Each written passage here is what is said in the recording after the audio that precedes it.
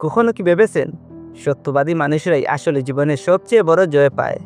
আজকে আমি আপনাদের শোনাবো এমন এক গল্প যেখানে একটি সাধারণ যুবক শুধুমাত্র তার সততা দিয়ে হয়ে উঠেছিল এক রাজ্যের রাজা। অনেক বছর আগের কথা। এক জ্ঞানী ও বয়োজ্যেষ্ঠ রাজা তার রাজত্বের শেষ সময়ে সিদ্ধান্ত নিলেন একজন যোগ্য উত্তরসূরি খুঁজে বের করবেন। তবে তিনি নিজের ছেলেকে নয়, খুঁজতে চাইলেন সবচেয়ে সৎ ও সাহসী মানুষটিকে।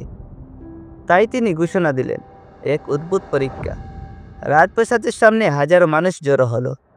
রাজা সবার হাতে দিলেন একটি করে ছোট মাটির পাত্র আর বললেন, এই পাত্রে একটি করে বীজ আছে।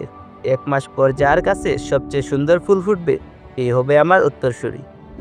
সবাই খুশি মনে ফিরে গেল, কিন্তু একটি ছেলে, নাম তার অর্জন, সে লক্ষ্য করলো তার বীজ কোনোভাবেই অঙ্কুরিত হচ্ছে না।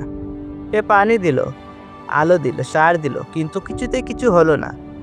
এক সময় সে ভেবে নিল, যা হবার তা হবে, আমি মিথ্যা দেখাবো না। 1 মাস পরে সবাই রাজপ্রাসাদে এলো ফুলে ভরা পাত্র নিয়ে, কিন্তু অর্জনের পাত্রটা একদম খালি। রাজা যখন তার দিকে এগিয়ে গেলেন, সবাই ভাবল নিশ্চয়ই ছেলেটি ব্যর্থ হয়েছে। কিন্তু রাজা হেসে বললেন, এই ছেলেই হবে আমার উত্তরসূরি। সবাই অবাক। রাজা বললেন, তোমাদের সবাইকে আমি সিদ্ধ বীজ দিয়েছিলাম, যা কোনোদিনই অঙ্কুরিত হয় না, কিন্তু একমাত্র অর্জন সাহসিকতার সাথে সত্য মেনে নিয়েছে।